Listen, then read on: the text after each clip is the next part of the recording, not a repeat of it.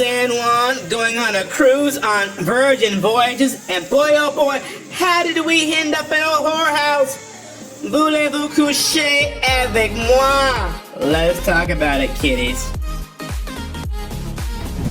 Travel, yes, yes, yes, travel, yes, we see, and yes, kiddies. This is the walk of shame, kiddies.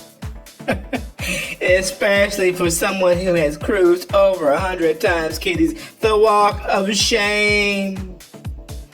We had booked an Airbnb ahead of our cruise out of San Juan, Puerto Rico, getting on Virgin Voyages. And the day of our flight, I checked my email so I knew the address of the rental. When I filtered it on my email, I saw a place in San Juan, and the message said something to the effect that since you did not confirm within 24 hours, this reservation has been canceled. Adios mío, mamma mia, ay, ay, ay. What to do? A lot of places were sold out, and San Juan is not a cheap city for rentals. So I fished around on Airbnb, and I found a place that was cheap.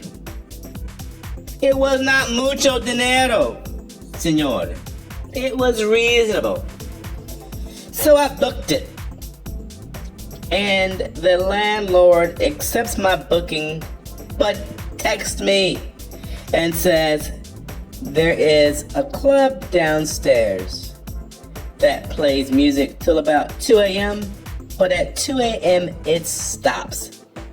If that's a problem, cancel the reservation.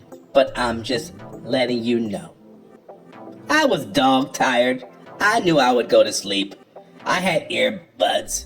I could play ocean sounds, so that was not a big issue.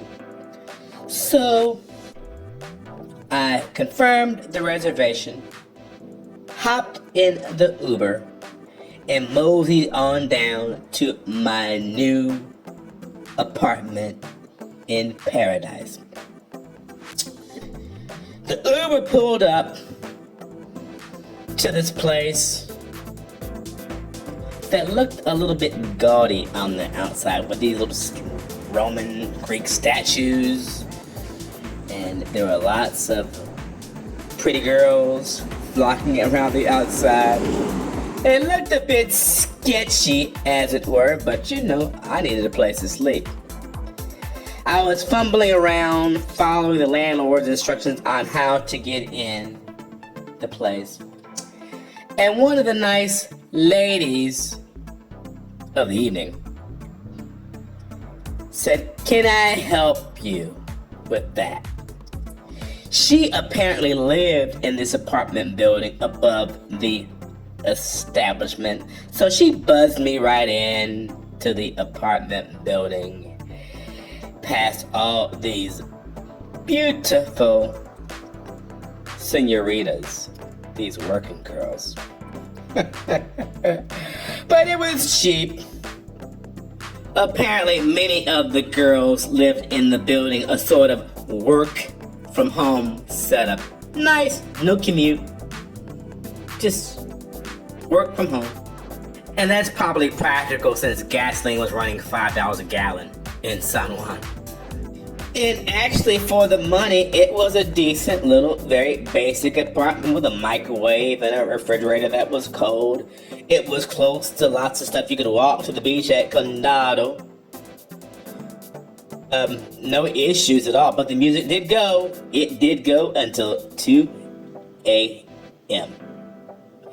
But if you're looking for a cheap place in San Juan, Puerto Rico, and you don't mind having to say hola, como esta to the senoritas working outside, or if you just want to go for quote-unquote research purposes, just leave a message and I'll let you know where this Airbnb can be found.